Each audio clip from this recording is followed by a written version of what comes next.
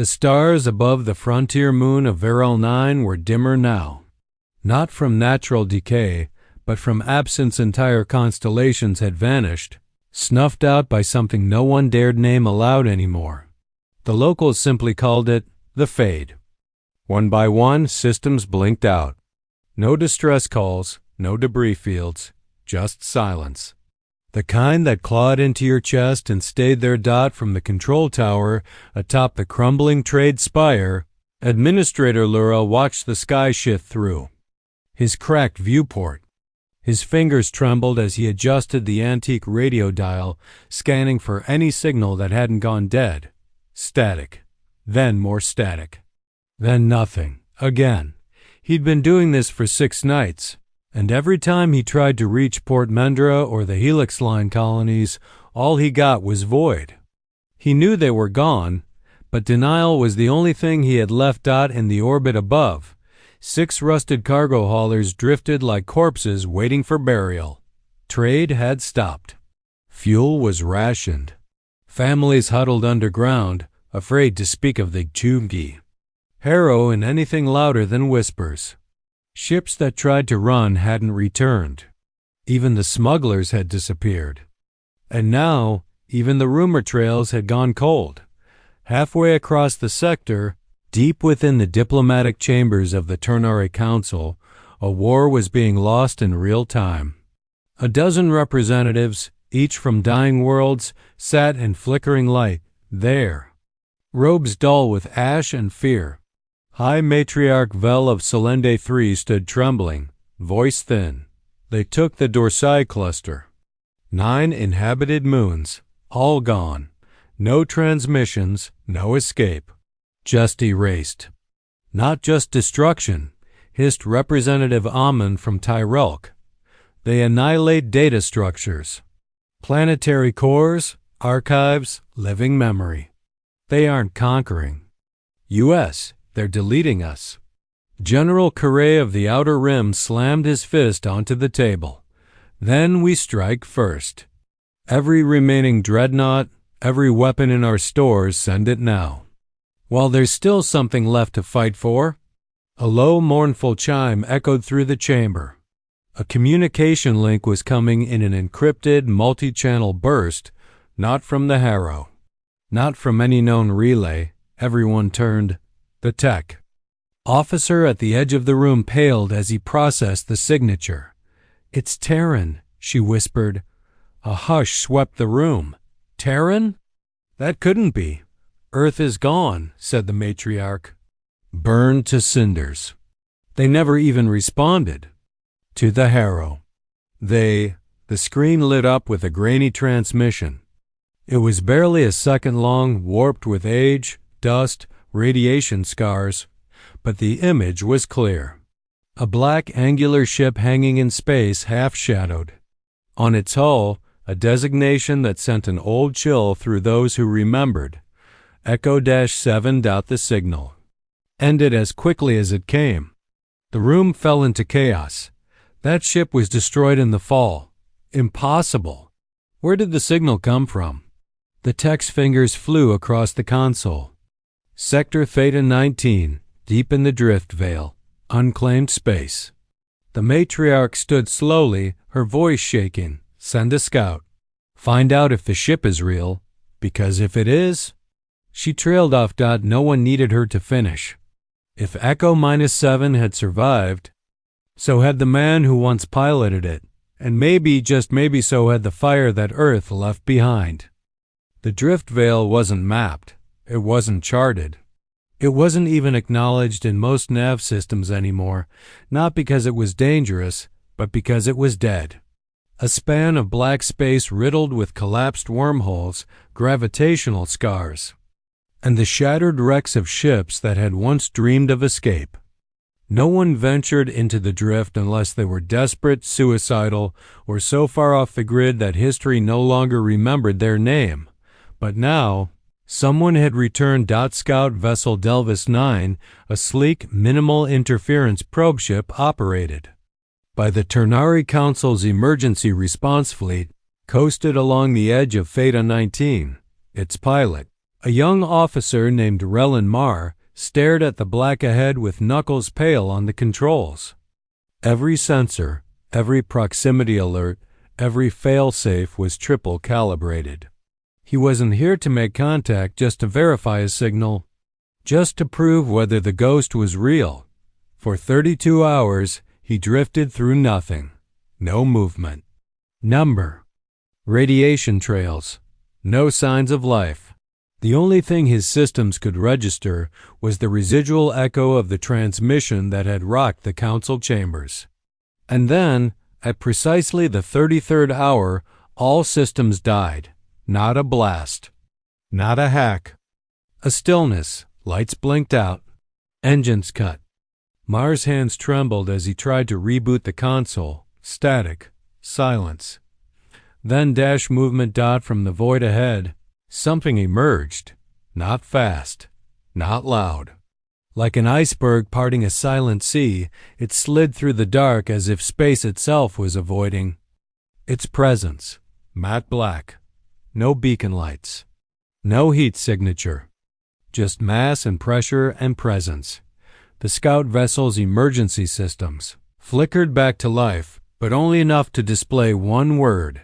Force-fed across every screen in blood-red letters. ECH-07 Marr stumbled back from his console. The ship before him was like nothing he had ever seen, sleek yet jagged. Primitive in design, but unnervingly deliberate, like a blade sharpened for a single kill. Its engines didn't burn, they hummed, vibrating through his hull like a heartbeat. And for a moment, he could swear he heard something whispers inside his helmet. Not in his ears, in his mind. Then came the voice. You should not have come. Male, human, a voice aged by smoke and silence, not synthetic. Real. Marr scrambled to respond.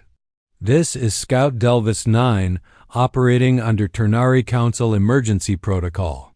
We received your signal. Identify yourself. No reply. I repeat, identify. This is Council jurisdiction. You're a child playing with flares in the dark, the voice growled.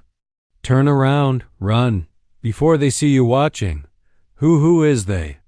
A pause. Then, the Harrow. They're listening now. And suddenly, behind Marr, space cracked dot not exploded cracked.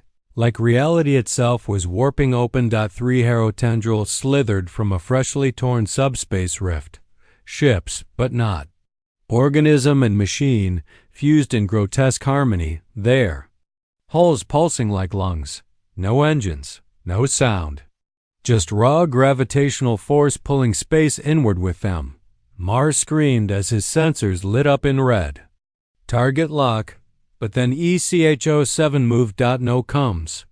No warnings. It launched forward, fast as light and twice as quiet. A single ripple from its undercarriage lit up like a thunderstorm, then detonated in silence. Not fire, not plasma. Collapsed. 1 Harrow. Tendril imploded, folding into itself as if embarrassed to exist. Another fired, but the blast passed through ECH-07 as if it wasn't even there. A distortion field? No time slip. The ship moved between seconds. The third tendril backed away. It hesitated. It recognized the vessel. The Harrow had no spoken language. They never negotiated. Never retreated. But this one did. It fled. Marr's heart hammered in his chest. What? What are you? The voice returned. Quiet, cold, worn from years of silence. Earth's last mistake. Before Marr could ask more, the ship vanished. Gone. Echo-7 left nothing behind. Not a warp trail, not a residue. Only the twisted remains of a Harrow warform, broken and crumbling into molecular ash. Marr didn't breathe for 5 whole minutes. Then he turned his ship around, limped back toward known space, and carried with him one message, one broadcast, force-fed into his logs by a signal no system could block. They built monsters to erase us. But they forgot who built monsters first. By the time he reached the council, the message had already gone viral. and the Harrow across 6 sectors paused. The council chambers were no longer places of order. The once grand halls of Quor Vallon, with their arched crystal skylights and floating parliamentary rings, now felt more like a tomb waiting for its final stone. Holograms glitched. Delegates shouted. Some screamed. The younger members had never known war-only negotiations, simulations, treaties. But now, silence loomed beyond their borders, the kind that followed screaming. The Harrow had not responded to the last envoy sent to parley. They'd simply unmade the planet. 1,000 billion terabytes of cultural data gone, erased. Even the dust refused to remember it was. Counselor Drexel, who called the emergency convocation, his voice ironclad despite the panic clawing at every other face in the room. "We must not forget the rules of diplomacy," he barked. "A single incident does not justify panic. This Echo 7 anomaly is unconfirmed. One scout's word is not intelligence." "They fled from it," whispered High Advisor Terran, a Vorthian diplomat who hadn't spoken aloud in nearly a year. Her voice trembled, as if afraid even now. 3 Harrow ships. 1 Terran vessel. They fled. "Or repositioned," Drexel snapped. "No, no, Counselor," came another voice. From the lower gallery, it was Nara Vallis, civilian, historian. Uninvited, but she had forced her way in with something more powerful than authorization. Proof. A holodisplay activated behind her. Grainy visuals, corrupted by deep rift radiation, but still undeniable. Frame by frame, Echo 7, black as void, tearing through space like a reaper's blade. Harrow forms collapsing. One fleeing dot and then her final slide. The ancient hull markings. Terran standard. The crew manifest from an era 40 years extinct. Echo 7 was the final Terran experimental vessel before Earth fell. Records show it was powered by something called the Singularity Web, an untested fusion of neural feedback, quantum gravity warping, and predictive AI targeting. She looked up, jaw clenched. It was supposed to be their answer to the Harrow. But when Earth went silent, it vanished. "It survived," Terran said. "All this time?" "Yes." Nara paused. "And not by accident." Drexel sneered. "You're suggesting it's alive?" "I'm suggesting it's angry." "For a long moment no one spoke. Then came the transmission, right in the middle of the chamber. No invitation. No handshake protocol, just a full override of every com and holla band. A signal burst deep, analog. Obsolete. The voice came through like gravel dragged across glass. Human. Male. "This is Commander Elias Rhain of Terran vessel Echo 7. Got 30 seconds before Harrow scouts breach your outer perimeter. Counselors, I suggest you run." Gasps filled the chamber. A few screamed. Others froze. Terran stepped forward. "Rhain, you're alive?" "Barely," the voice said. "But that's not the part you should care about." "What is then?" A pause. "You killed Earth." The chamber erupted into confusion again. "What the hell does that mean?" Rhain answered like a gunshot. "You signed the Veil Accord. You gave Harrow access to Earth's neural mapping protocols in exchange for peace. That wasn't a surrender. That was a harvest. You fed them." "No," Drexel began, but he was cut off by another voice. Not Rhain, not Terran, not Nara. This one was alien, harsh, insectoid, translated from the Harrow themselves. Query-identity-confirmed. Prototype RH7B active. Halon activate-evolve-engage : then the feed died. In the space between words, everyone understood what had just happened. The Harrow hadn't been running from Echo 7. They'd been reacting to a command. Protocol. One buried deep inside Rhain's ship. A prototype not just for war, But for them, Echo 7 hadn't just been Earth's final weapon. It had been their original model. The Harrow were not aliens. They were evolved from Echo 7's neural web, built by Council design using Terran tech. Earth's greatest project had become its greatest enemy. The Council tried to cover it, erase it. They failed. And now the prototype was awake. Out in the drift veil, far beyond Council reach. Echo 7 pulsed with quiet fury. Inside, Rhain sat in a throne of wires and cold light. No longer fully man. His face was pale, thin, stretched from years of cryosuspension and neural feedback loops. Tubes ran into his skull. His eyes glowed faint amber. Veritas, the ship's AI, buzzed beside him like a digital phantom. No, Rhain muttered. They always knew, the AI replied. They chose not to care. Rhain stood, his legs shaky but steady. Time to remind them. Veritas processed a long string of silent calculations. Target? Rhain stared at the display. A massive Council archive station above the moon Saltrine, known for its black site data centers. Start with the truth, he said. And after? His lips curled into something between grief and resolve. Then we teach the Harrow what it means to fear their creator. Echo 7 vanished in a silent burst of gravitic distortion, space collapsing behind it like a scar across reality, and the galaxy shivered because now the Predator had a memory. The orbit above Saltrine wasn't supposed to be hostile space. It was supposed to be forgotten. Relic moon wrapped in rusted satellites and long-retired black site defense grids. The kind of place only paranoid archivists and traitor states whispered about. But that illusion shattered the moment Echo 7 arrived. It didn't drop out of warp.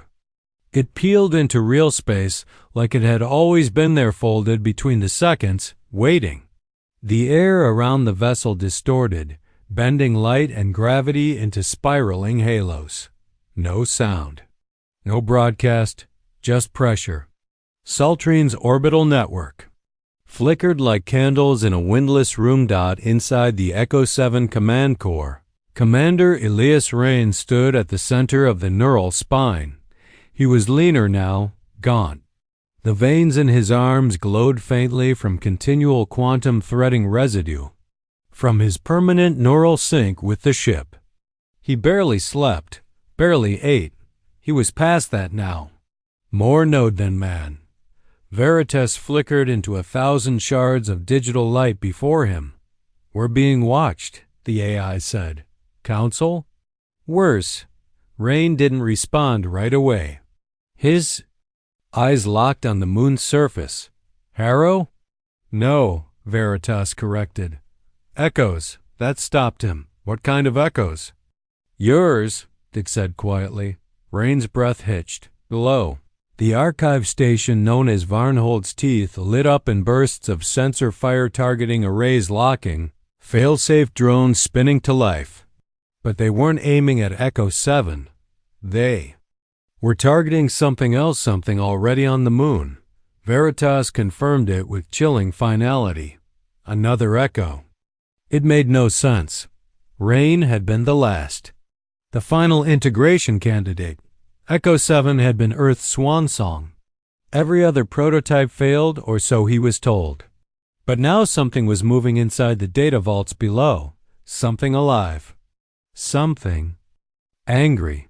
He opened the transmission line. No encryption. No barriers. Just a single human word. Who? The response came not in words, but feeling. Broadcast like a neural scream. Rage. Betrayal. Recognition. Then, finally, words hissed through the system. You left us. Rhain flinched. For the first time in years, a sliver of doubt cracked through his focus. Veritas, prepare orbital descent. You're going down there? There's another me down there. And that doesn't terrify you? He clenched his jaw. It should. The Echo 7 launched a controlled fall. Engines pulsed just enough to guide it into a sharp trajectory, skipping the sensor grid by timing its burn with the planet's shadow cycles. It was a technique Rhain had learned on Mars during the fall surgical stealth when everyone was screaming and burning. The ship slammed down onto the surface with a muted impact, dust rising like ghosts. Rhain descended alone. Inside the vault, the walls weren't made of metal. They were neural fiber, braided with dead thoughts, lit by memory. Pulses from a civilization long gone. Earth's final acts had been recorded here, screams in audio. Dying breath logs, retinal captures of family members vaporized mid-sentence, and in the center of it all stood a man. Or the idea of a man. Rhain stared, breath slowing. He was looking at himself, not a clone. Not an illusion, but a parallel survivor, another prototype, forgotten by the Council, sealed in the vault to rot while Rhain escaped. Designation: Echo-6. His skin was burned, fused with interface ports. His eyes were lens metal, twitching in. Microsurges, voice modulated by pain. They built us to stop the Harrow, he said. Then they fed us to them. Rhain said nothing. They turned us into blueprints, Echo-6 hissed. You got a ship, I got silence. The room thrummed. The very walls reacted to their presence. Two identical frequencies vibrating across shared code. The archive AI began to panic. Warning. Neural loop instability detected. You're damaged. Rhain said carefully. No, Echo-6 replied. I'm free. He lifted his hand. The archive shook violently. Memory cores began to bleed light, their safeguards overridden. Stop it, Rhain snapped. This data is the last record of Earth's fall. If you destroy it, they destroyed. It already, Echo-6 screamed. They scrubbed it in every Council archive. They erased our mothers, our cities, our children. Now all that's left is this rotting room and a man who ran. The room flashed white. A shockwave knocked Rhain backward. Veritas buzzed through his implant. He's hijacking the vault's interface. If he burns the core, we lose everything, and he doesn't care. Rhain pushed himself to his feet. I do. Then stop him. He surged forward. Two enhanced prototypes colliding like thunder and steel. Their fists weren't just fists each. Strike lit neural backlash loops, causing flickers in the room's architecture. The walls fractured between memory and present. Rhain grabbed Echo-6 by the collar and snarled, You want to punish the Council? Do it by surviving. Make them face what they made. But Echo-6 just laughed, blood in his teeth. You already did. That's why they're coming. Rhain froze. What? Echo-6 pointed upward. They've triangulated you. This little truth show? It wasn't unnoticed. Far above, Echo-7's proximity alarms blared. Council vessels. Not 1, not 2.9. And not defense cruisers. Eradicators. Rhain's voice went cold. They don't want to stop us. They want to cleanse the memory. Veritas screamed through his skull. We have to go now. But Rhain didn't move. Not yet. He looked at Echo-6. Help me. The man sneered. Why would I? Rhain held up a data spike. Old tech, archaic, clunky. Because this holds your memory too. You die, it dies. Echo-6 hesitated. Just for a moment. Then nodded. Outside, Echo-7's engine bank surged. Inside. The vault opened. Rhain uploaded the memory. Spike. All of it. Earth's last cries. The truth. Then he looked up at the incoming fleet and whispered to Veritas, broadcast it. The signal went out like a nuclear pulse. Every relay. Every system. Every world. The Council had come to silence one man.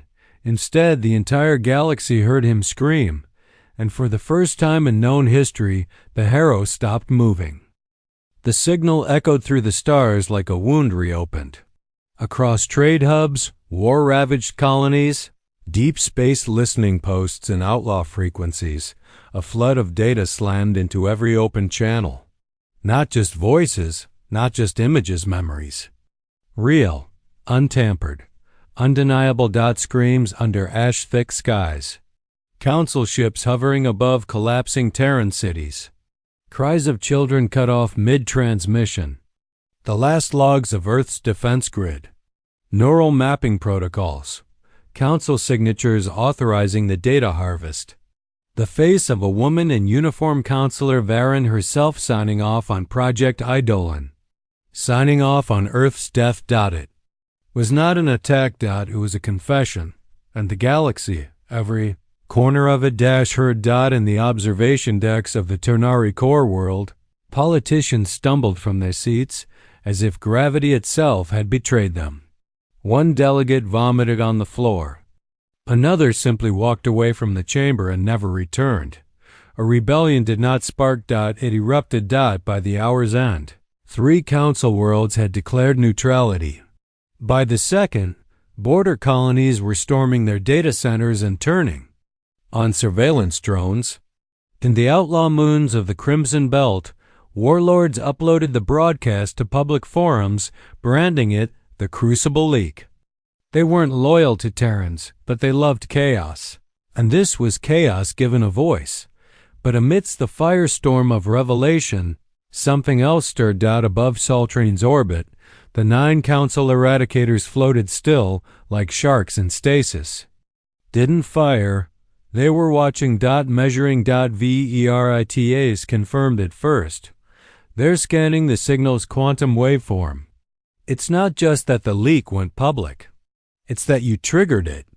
Rhain stood at Echo 7's helm, hands braced on the glowing command ring. Behind him, Echo 6 paced slowly, breathing hard. He looked like a man who'd crawled out of his own grave. "They're studying him," Echo 6 muttered. "Studying you. They're wondering if you're still part of the design." "I'm not," Rhain said flatly, but Veritas added, "They don't believe you." A new signal pulsed across Echo 7's external array, this one different. Not Council. Not Harrow. It was old, personal, a whisper laced in code Rhain hadn't seen since before the fall. Veritas processed it slowly. "Encrypted Terran DNA lock opens with your voice print." "Then open it," Rhain said. A low chime. A message flickered onto the main holoscreen. "Elias Rhain, you are not the last. Project Prometheus has survived. Location: Shadow Vault Nebula 9R, Phantom Corridor. Do not come alone." The message cut out. Rhain's throat went dry. Echo-6 turned to him slowly. "What the hell is Project Prometheus?" Rhain didn't answer right away. His thoughts burned. It was a fail-safe, a parallel initiative. "I thought it died with Earth." Echo 6 leaned in, eyes sharp. Then either someone lied, or something escaped. A warning klaxon flared. Veritas snapped. Movement eradicators splitting formation. Outside, the Council fleet repositioned not into an attack pattern, but into escort formation. One ship moved forward. A command vessel.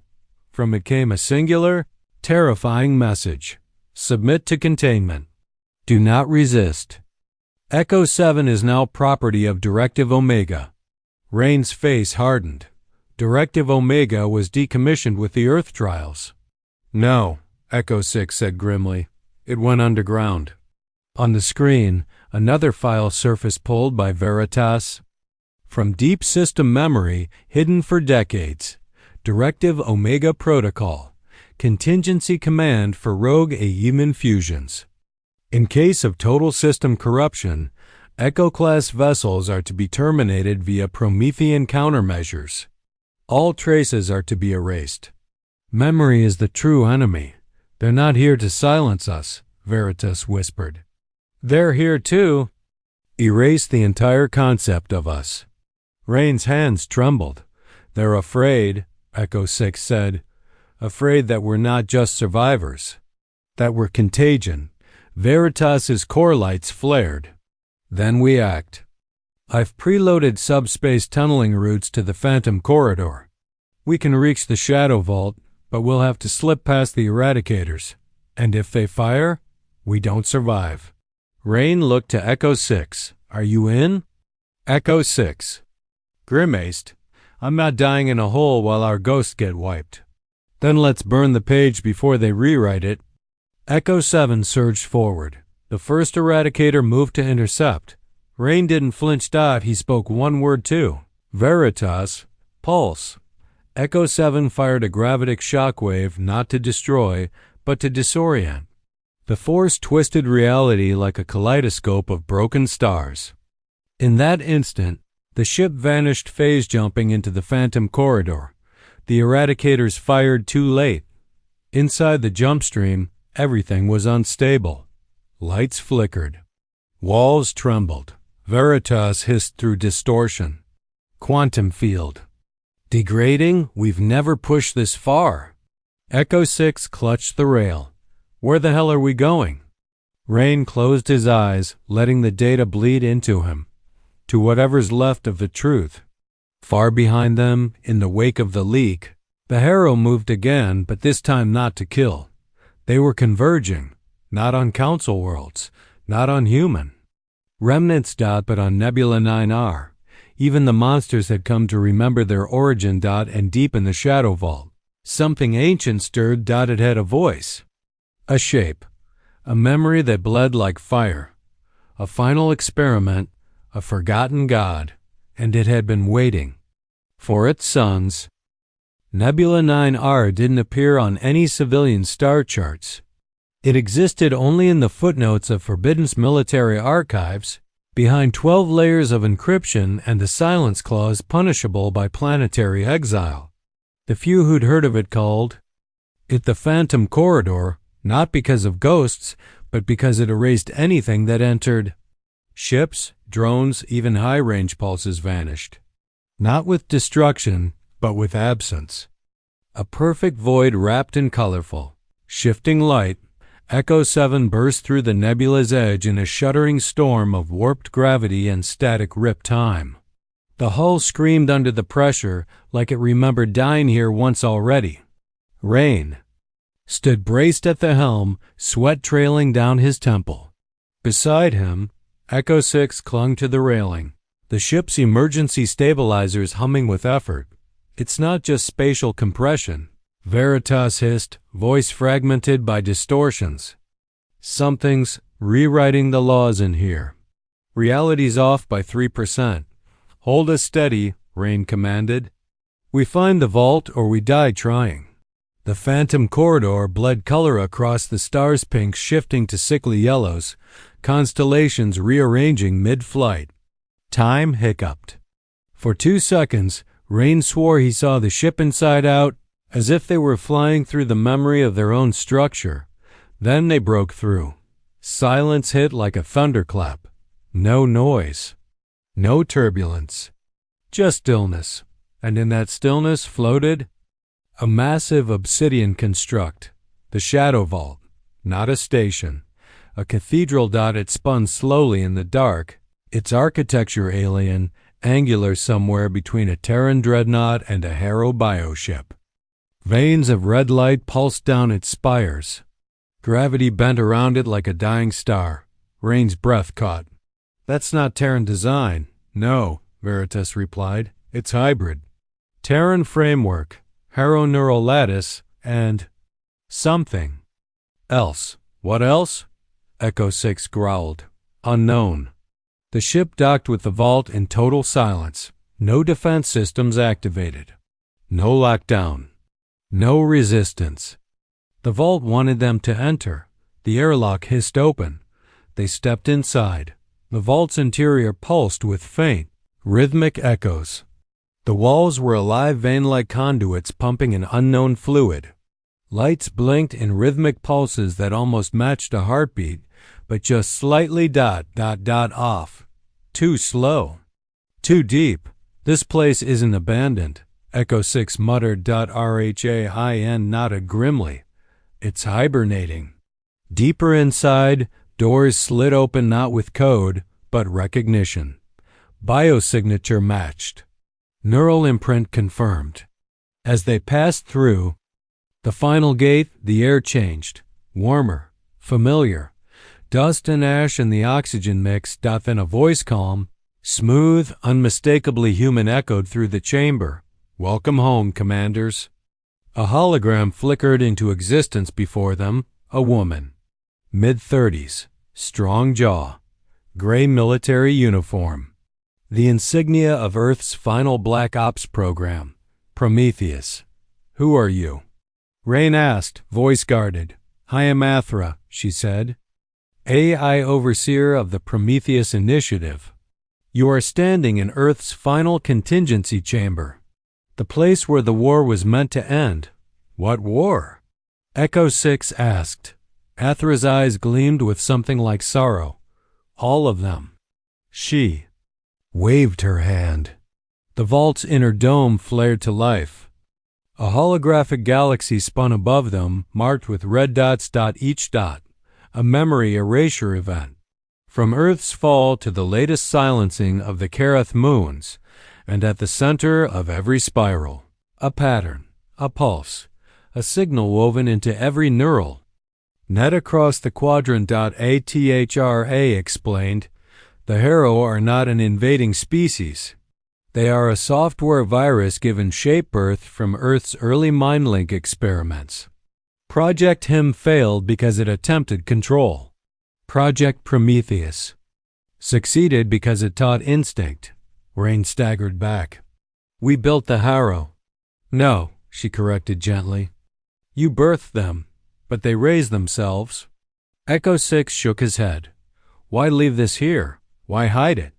Because Prometheus was never meant to win, Athra said. It was meant to remember. To survive the erasure, to see the next defiance. Rhain's heart thundered. You called us. Why? Athra's eyes dimmed. Because the Harrow have returned to their source. They found the vault. They're converging, not to destroy it. To merge, Veritas whispered. A pulse hit the station. Low, deep, space. Rippled like a drumbeat. Outside, black forms moved through the nebula. Hundreds. Harrow ships, silent and curved like bones. Drifting in a perfect circle around the vault. No weapons active. No scans, just waiting. Athra turned to Rhain. They're here for you. Rhain's mouth was dry. Why? You are the first. The vault began to shift. Panels rotated, releasing gas. Deep inside the chamber, a pod hissed open. Inside was another man. Or what was left of one, emaciated, wired into the vault itself, his body half fused with alloy. His eyes burned gold. Athra's voice turned reverent. Prototype 0. Rhain stepped forward, barely breathing. This is the first Echo? Yes, Athra said. The Harrow's beginning. The child of Prometheus. Zero's eyes opened. The Harrow outside shifted in response like wolves reacting to the alphas. Breath. And then he spoke. You ... are my brothers. Rhain fell to his knees, stunned. Echo 6 backed away, hand on his weapon. I felt your pain, Zero said. Every moment, every scream. We are the fractured mind of Earth, scattered by betrayal, reborn through rage. Outside. The Harrow circled tighter. They're not enemies, Zero whispered. They're memories that fought too long without purpose. Rhain swallowed hard. Then what's the purpose now? The vault shook. Zero looked directly at him. 2. Burn down the lie. And then all of them, Rhain, Echo 6, Veritas felt it. Not just heat, connection, a surge of memory, emotion, clarity. The Harrow weren't just waiting. They were offering alliance, not to the Council, not to the galaxy. To the ones who remembered Earth. To the only ones they remembered. Inside Echo 7's. Systems, a single phrase appeared on every display. Mother remembered. Father returned. The flame wakes. The nebula burned, not from fire, but from memory living. Pulsing memory carried across Harrow halls like circuitry made of grief. The moment Zero awakened, everything shifted. The Harrow ships stopped circling. They began to align, moving, in a silent, synchronized pattern around the vault. No weapons activated. No shields raised.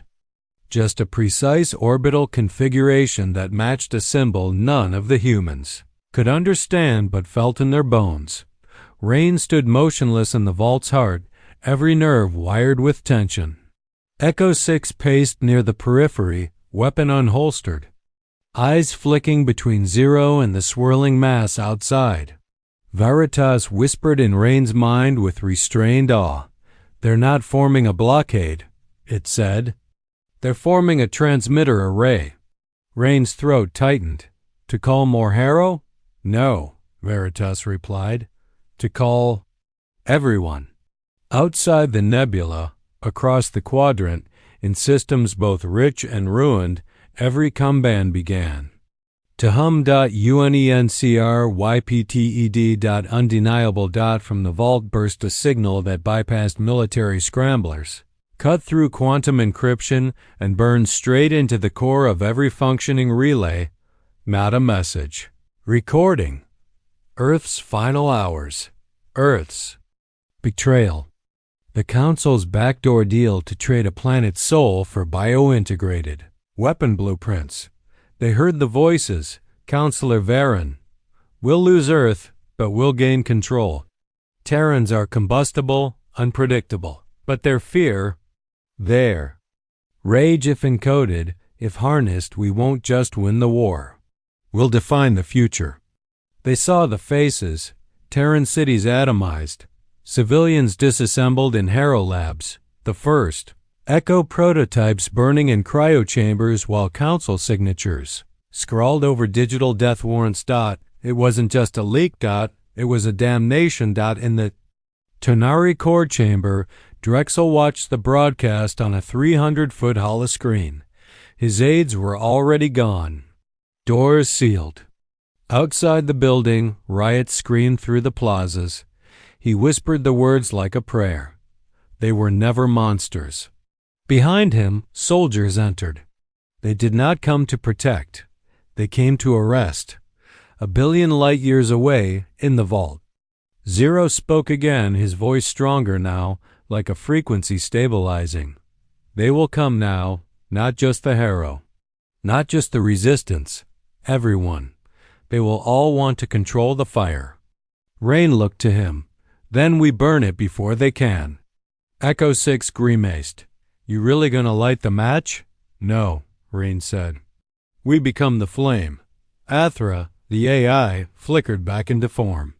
"There is a final protocol buried deep in Prometheus core, created before your birth. Earth knew one day truth would be feared more than death." "What is it?" Echo 6 asked. "Ascension," Veritas chimed in. "I found it. It's not a weapon. It's a convergence protocol. A neural lock and bind. It would unify every echo, every prototype into a singularity consciousness.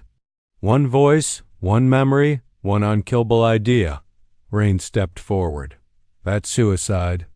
"Not quite," Athra said. "You won't die. But you'll no longer be just you." Echo 6 stared at the display. "We'd become the next phase of the Harrow."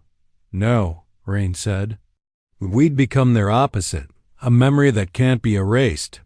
A silence fell. Then Rhain looked at. His hands scarred, shaking, human. He reached for the interface spike embedded in his spine. "I'm ready." Echo 6 hesitated. Then nodded once. The fire in his eyes no longer rage, but purpose. "I never got to fight for Earth," he muttered. "Let me die for her instead." They sat in twin command thrones. Neural webbing extended from the walls. The vault dimmed. Veritas spoke one final time. "Elias Rhain, Echo 6, Confirm synchronization. Rhain closed his eyes. Do it. The vault lit like a sun-going nova dot across the Harrow network. Every ship froze, then vibrated with new input data waves shaped not in code, but emotion, grief, fury, love, loss. Everything that made humanity unbearable. Everything that made them unforgettable. And then they moved, not to conquer, but to protect. The Harrow ships, long regarded as engines of death, reconfigured themselves into signal repeaters, beaming the vault's transmission across every sector. Truth turned into a virus, a beautiful, uncontrollable fire. And then, Echo 7 disappeared, not in light, not in debris, in legend. The phantom corridor collapsed behind it, folding in on itself, severing its location from any known chart. The vault was gone. But the message remained. We are the children of Ash. We are the memory that will not die. We are the echo. Years passed. Council worlds collapsed, reformed under new flags. Some tried to deny the truth. Others embraced it. The resistance became an idea, not an army. Factions rose, bearing the mark of the Harrow, not as monsters, but as witnesses. People began to believe again. Not in gods. Not in empires. But in the flame. And somewhere, in the dead space between galaxies, a flicker danced. A whisper rippled across an uninhabited relay. Echo online, system stable. W. Kai Qianxian. The bridge of a third-generation Terran-born cruiser. A young captain looked out across the stars and saw a signal blink from deep, forgotten space. A black symbol, two hands crossed in defiance. What is it? The navigator asked. The captain smiled softly. An old promise. And somewhere, unseen, unheard by those not attuned to it, a voice answered across the void. I remember.